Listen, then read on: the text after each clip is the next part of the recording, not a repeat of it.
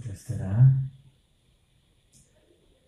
catur Brahmawihara yang baru kita lakukan itu sesungguhnya adalah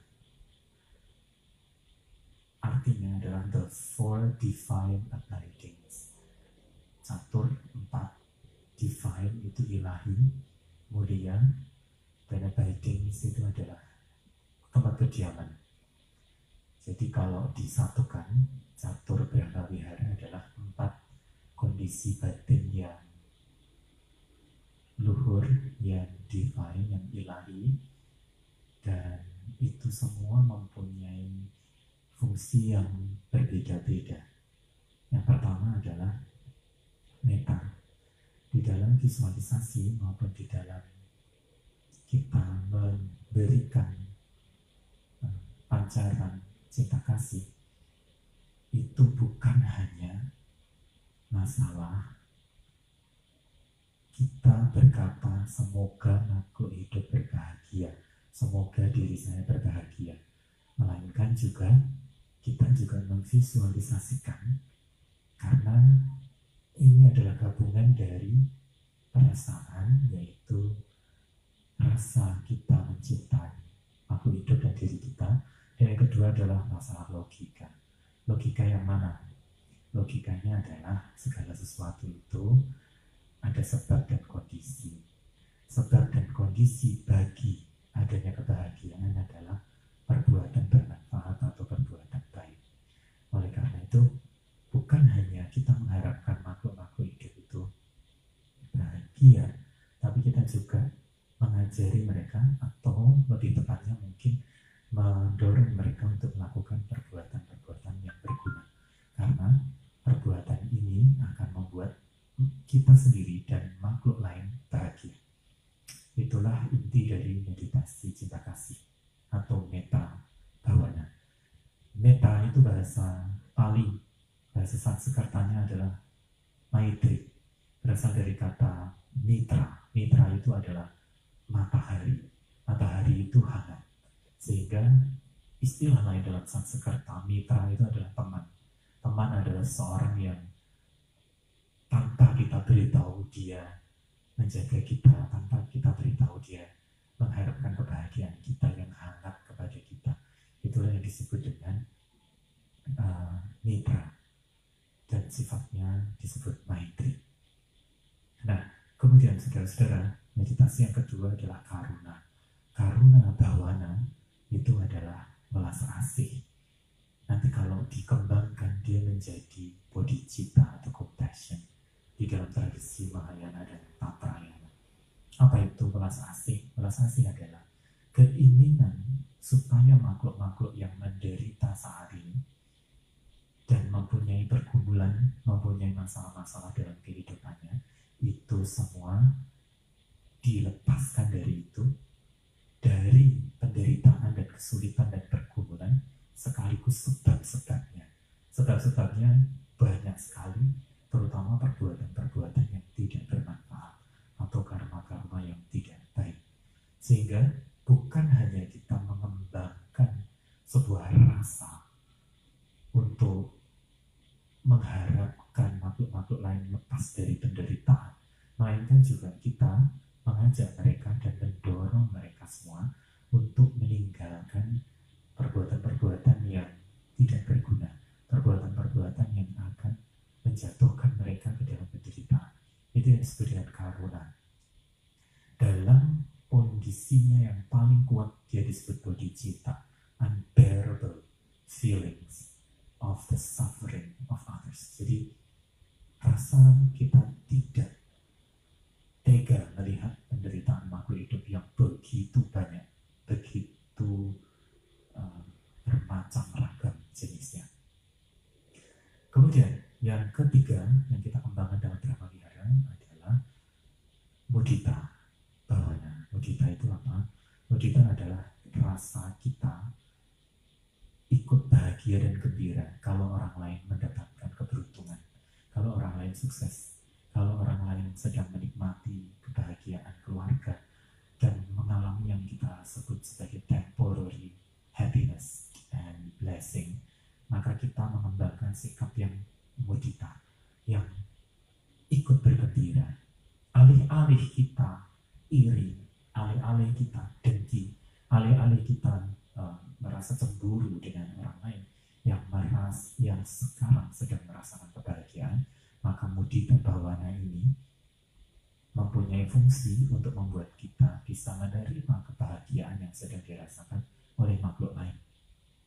Dan ini akan membuat batin kita menjadi ringan. Kemudian yang keempat adalah UPK, atau di dalam istilah lain disebut tatra majata. UPK adalah keseimbangan batin. Hidup tidak selalu berjalan mulus. Kadang ada saja hal yang membuat kita mengalami pusing, mengalami masalah, mengalami tekanan-tekanan, kemudian beban-beban tugas dan kewajiban di dalam kehidupan. Nah, dengan UPK kita mau tidak mau menghadapi, suka atau tidak suka, dituntut untuk menjalani kehidupan dengan naik turunnya situasi dan kondisi. Saudara-saudara, kalau keempat dari Brahma Wihara atau catur paramita ini kita kembangkan, maka hal yang terpenting kita sendiri, batin kita akan menjadi ringan, menjadi enteng, menjadi bisa menjalani kehidupan yang biasanya dipenuhi dengan dead mode, dengan gabut, istilahnya orang sekarang, dipenuhi dengan pergolakan perasaan yang tidak pasti. Maka dengan meditasi Brahma Wihara ini semua dikurangi dan diringankan. Ketika beban-beban kehidupan kita ringan dan terlepas dari pundak kita, dari batin kita, maka kita bisa menjalani hidup menjadi lebih berbahagia. Selain itu, sikap mental kita terhadap makhluk-makhluk hidup di alam semesta itu akan menjadi positif, karena bagi yang umum kita mengembangkan cinta, berharap semuanya bahagia dan melakukan sebab-sebab yang membuat dia bahagia, apapun itu. Kemudian bagi yang sedang menderita, kita mempunyai empati dan simpati kepada mereka. Kita menolong sebisa kita. Kalaupun tidak, kemudian kita juga membantu mereka menemukan jalan keluar dan mendorong mereka tidak melakukan perbuatan-perbuatan yang tidak baik. Mudita itu menghalangi munculnya racun pikiran yang disebut dengan iri dan dengki dan cemburu kepada makhluk lain. Sementara UPK adalah sikap tenang seimbang menghadapi kehidupan yang mau tidak mau, suka tidak suka, harus kita hadapi dan kita jalani. Empat ini sesungguhnya merupakan meditasi yang bisa secara tersendiri kita lakukan untuk mengembangkan kualitas batin kita, atau mereka bisa dilakukan sebelum meditasi yang lain, misalnya meditasi anapanasati atau kesadaran terhadap pernapasan, atau sebelum meditasi vipassana, meditasi pandangan terang. Ada yang bertanya sesungguhnya, apakah Brahma Wihara itu hanya sebuah meditasi yang sifatnya artifisial, sifatnya hanya buatan saja, dan sesungguhnya dia tidak mempunyai manfaat secara praktis dalam kehidupan kita sehari-hari? Nah, untuk menjawab itu, saya katakan bahwa bhawana adalah pengembangan batin, sebuah pelatihan mental.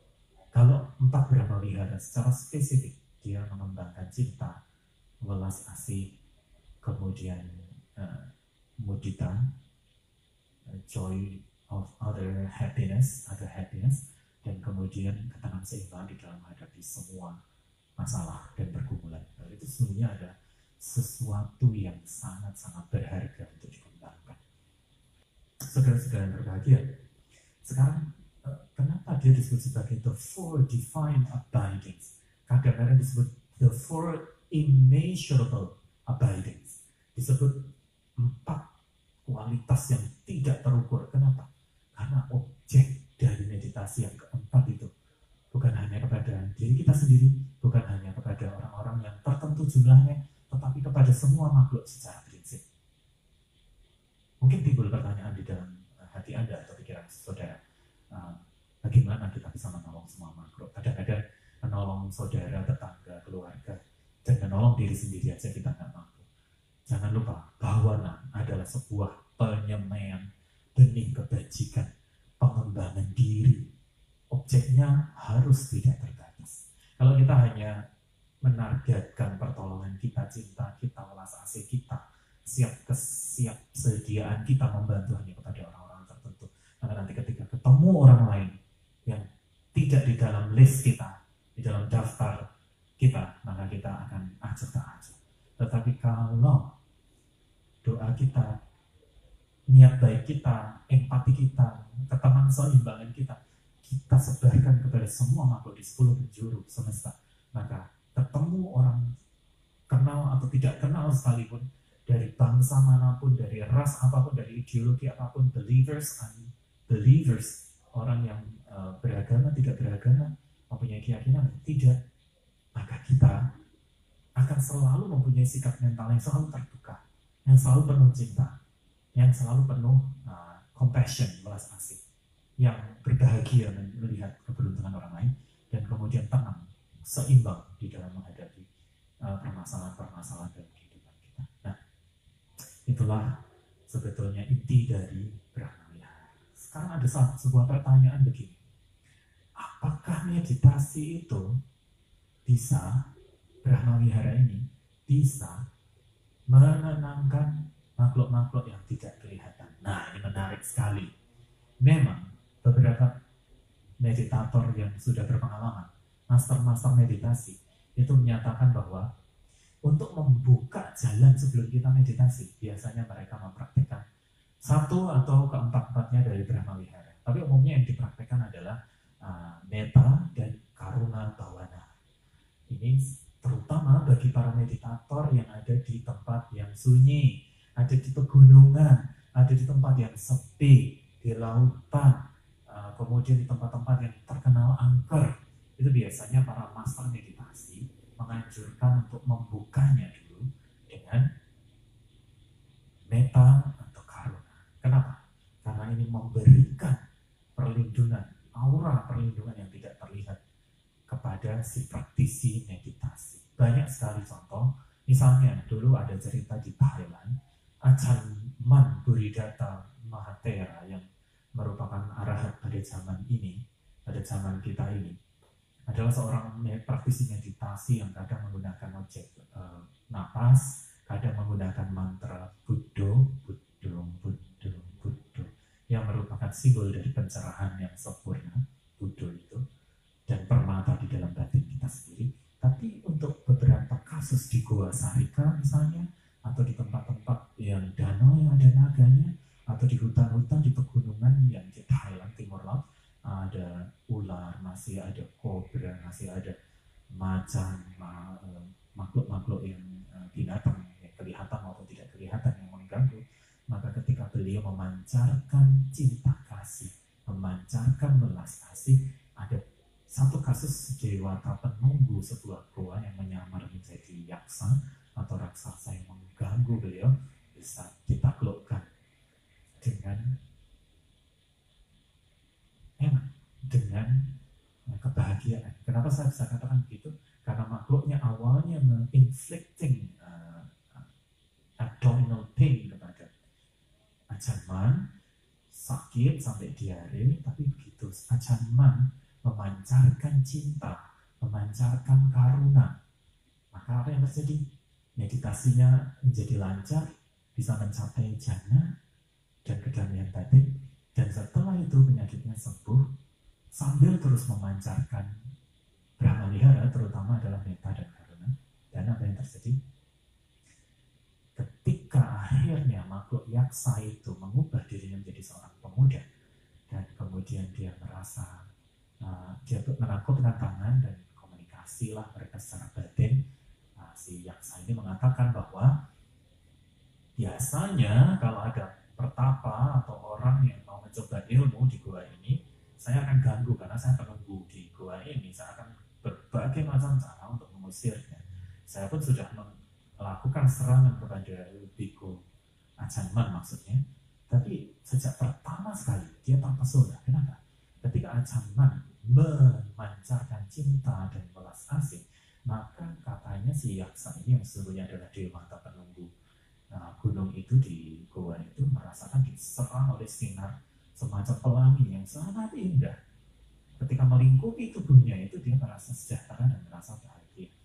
Dari hari yang pertama, kedua, dan ketiga, dan akhirnya yang terakhir dia ditaklukkan juga oleh cinta kasih dan kasih sayang.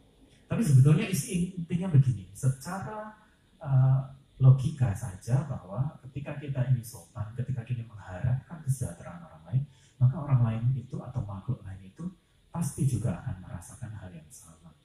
Paling tidak dia tidak akan mengganggu kita ketika kita misalnya datang ke satu tempat, kita tata keramanya bagus, sopan santunnya bagus, kita permisi, kita mendoakan kebahagiaan dia, dia bebas dari penderitaan apapun bentuk makhluk itu, maka dia akan merasa senang juga. Bahasa hati ini tidak perlu dikatakan secara verbal dengan bahasa daerah kita yang mungkin berbeda-beda, tapi dia bisa dirasakan dengan telepati, dengan rasa. Nah, itu yang disebut dengan Brahma Wihara. Bisa nggak dia untuk mengantisipasi hal-hal yang tidak kasat mata, hantu, makhluk halus dengan segala jenisnya, spesiesnya? Kenapa tidak? Sudah banyak buktinya bahwa Brahma Wihara 4 ini bisa manjur sekali digunakan, bukan hanya di tempat-tempat angker yang biasa, di pegunungan, di lautan, kemudian di tempat-tempat yang angker, yang jauh dari pemukiman, yang biasanya penghuninya orang-orang makhluk-makhluk yang ganas, dan itu berlaku. Nah, saya pikir inilah 4 Brahma Wihara yang selayaknya kita praktekkan dalam kehidupan sehari-hari meditasinya. Triknya begini, Anda bisa menggabungkannya dengan meditasi lain, misalnya meditasi kesadaran atau meditasi pernapasan atau apapun untuk mencapai samadhi. Tapi di awal kita bisa mengembangkan Brahma Wihara, dan itu pun juga sebagai satu persiapan untuk mencapai samadhi. Nah, satu bonus yang didapat adalah kita mempunyai sikap mental yang selalu positif menghadapi makhluk hidup apapun itu.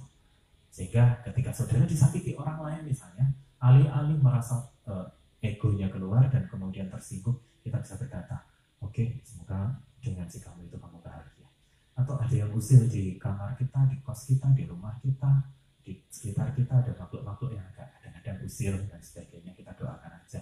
Semoga kamu bahagia, kamu hidup di alammu, aku di alamku. Kita berdampingan bersama-sama dan kita sama-sama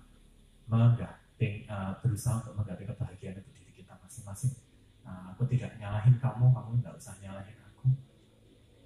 It's a beautiful ways to subdue malevolent spirit. Bahkan terhadap orang-orang yang kasat mata ya, bukan hanya yang tidak kasat mata. Yang kasat mata pun hal ini sangat-sangat penting. Itu ya mungkin yang bisa saya sampaikan kepada Anda tentang topik meditasi catur Brahma Wihara, the 4 divine abidings. Sangat baik jika ini dilatih di dalam kehidupan kita sehari-hari. Bukan hanya ketika kita meditasi, tapi meditasi adalah semacam kita membawa kendaraan kita ke tempat servis, ya, di sana dibenerin semuanya, ya, di servis, kemudian spuring, balancing kalau mobil, terus kemudian ingat bahwa medan lapangan dari praktek meditasi dalam kehidupan sehari-hari kita.